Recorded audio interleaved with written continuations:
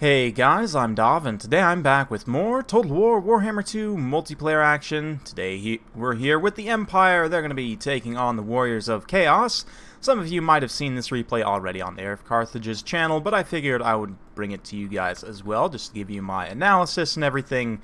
So let's get to the builds here. I've got 3 Pistoliers, Sterling's Revenge, hidden up front here. We've got an Archlector with the Demigryph Knights, Royal Altar of Griffites, that is, excuse me.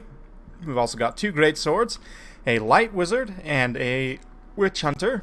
As for the front line, we've got Spearmen mixed with Swordsmen, and a few Handgunners. Normally I'm not the biggest fan of Handgunners, but decided to take a few here. One of them is the Regiment of Renowned Silver Bullets, who have stock and magic damage. As for my opponent, he's got a Sorcerer Lord here, some Poison Warhounds, a whole line of Chaos Warriors, mixed shields, great weapons, and halberds, a single giant with some chevrons, dragon ogres, and some additional hounds and so on over to the right. The Sorcerer is going to drop down as the Sterling's Revenge get revealed here. He's going after the Pistoliers, but this multi-layer ambush, I mean, he's already taken significant damage just from those missiles. You can see his HP down to more than half there. And we're going to hit him with the Net of Ammontok as he tries to escape here, sees that this situation is very, very bad, and then the juiced up Royal Altar of Griffites is going to get in here and get some work done along with the Archlector. Obviously, this is a great situation for me, and we're going to be able to do a ton of damage early on to the Shadow Sorcerer here. He's going to drop a Penumbral Pendulum, which does some pretty decent damage to those Sterling's Revenge. Thankfully, they had that Grand Shield of Faith to help mitigate that somewhat, but frontline engagement going to be getting underway shortly here. You can see I'm kind of maneuvering my spears to try and protect these handgunners as much as possible, but definitely outnumbered pretty bad in terms of numbers here in this frontline situation, but we're going to start to get some fire in here. A little bit of fire on those Chaos Warriors, pretty good. Start to focus on that Giant as well. Over in the woods here, we've got these 2 units of Great Swords that could potentially move in, and the Altar of Griffites and everything. I'm going to try and avoid these halberds as much as I can, but you can see the Giant is taking serious damage here. Unfortunately, the Hounds are able to get into the back line and get into these Silver Bullets here, who had been dropping some beautiful volleys. Unfortunately, the Spearmen a little bit late. We do have multiple units of handgunners, though. Going to be able to continue to fire in on that Giant. Because of the chevrons, I figure it's a pretty expensive target. We want to make sure we can take that down. I'm pretty confident in my other tools in taking down infantry. Speaking of which, Sterling's Revenge had been doing a great job shooting their armor-piercing pistols. There you have armor-piercing, of course, as a Regiment of Renown. Into these halberds here. Now the Great Swords sort of getting this awkward side engagement here. And over here, the Witch Hunter, unfortunately, taking quite a bit of damage. He had been getting some pretty effective, accusations so far. But now the Great Sword's going to move in there. The Spears and the Archlector are also able to get the Dragon Ogres. They had been netted by the Light Wizard there. In the mainline engagement, you can see things are not going great for me. Obviously, State Troops losing out to Chaos Warriors, not really surprised there. The Handgunners doing their best, but obviously getting routed off here just by superior numbers. I'm going to try and rear charge to support here, but it's not really going to work out too well. Over here, though, we do get both of these Great Swords with a Verona's Time Warp, so this is a pretty underrated buff spell, in my opinion, from the Lore of Light. It lasts a really long time and has a huge area of effect, so I was able to hit both of those Great Swords with it momentarily. This group of Great Swords then, unfortunately, was pulled out of it, but still, they have enough numbers to probably finish off those Chaos Warriors. So, just because we've been able to take this engagement kind of piecemeal here to get a couple of these infantry units in the forest, my Great Swords were able to take them out very easily with very little losses because of the support and everything there, so that's pretty good. I had been trying to use my Pistoliers to chase off the Chaos Sorcerer, who had managed to get back up in the air, but unfortunately he did come back from routing. Likewise with the Dragon Ogres, I also had a group there, but unfortunately mismicroed them to be back over near these other troops, so, you know, that's okay.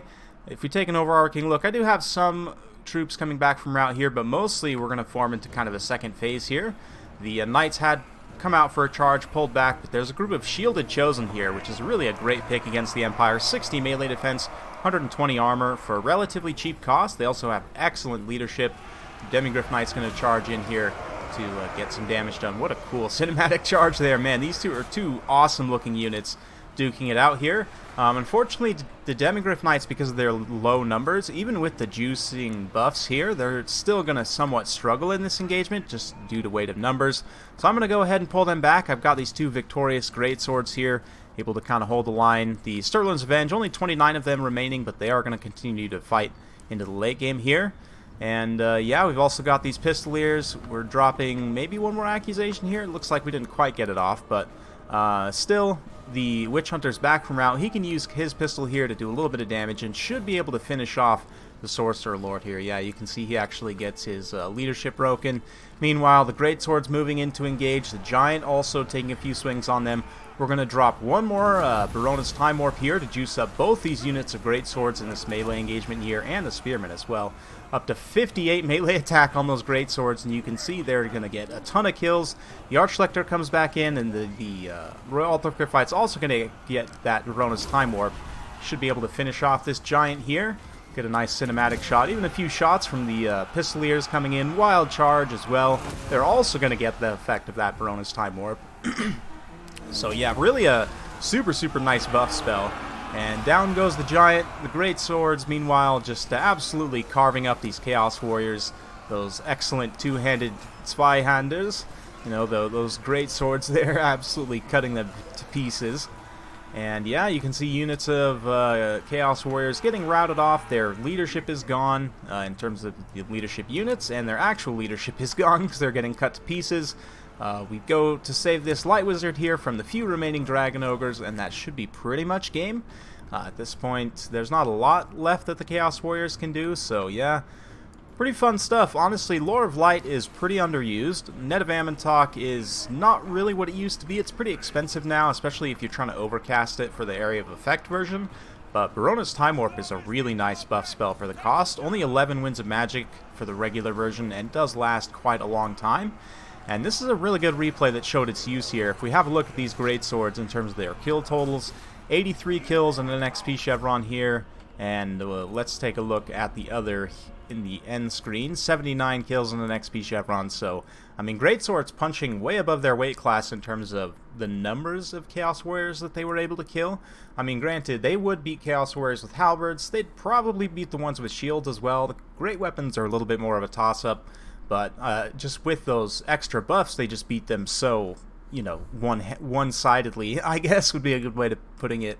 That, you know, especially whereas I was able to get, you know, multiple kind of piecemeal engagements there, take out a couple of Chaos Warriors first, and then, you know, a couple more, and then ultimately that late game blob.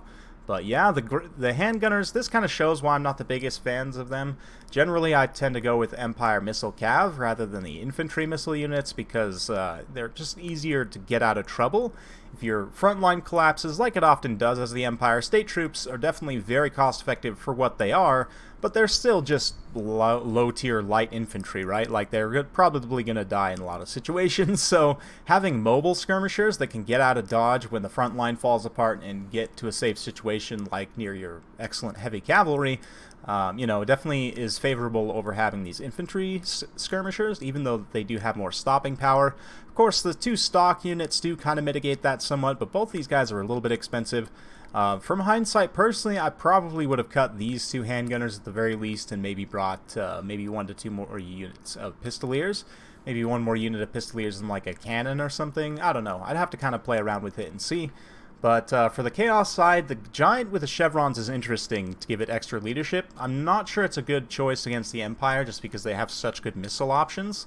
But I could see that working relatively well against a faction that has maybe not so many missiles. I'm trying to think, obviously, like Vampire counts, maybe that would work decently well. Maybe you could pull it off against the Beastmen also. I'd be curious to see kind of how that would work, but yeah, obviously, my opponent had some excellent Hound play there, 92 kills and an XP chevron on one of those Hounds, getting into the back line, chasing down a lot of my skirmishers. Really, really nice play there.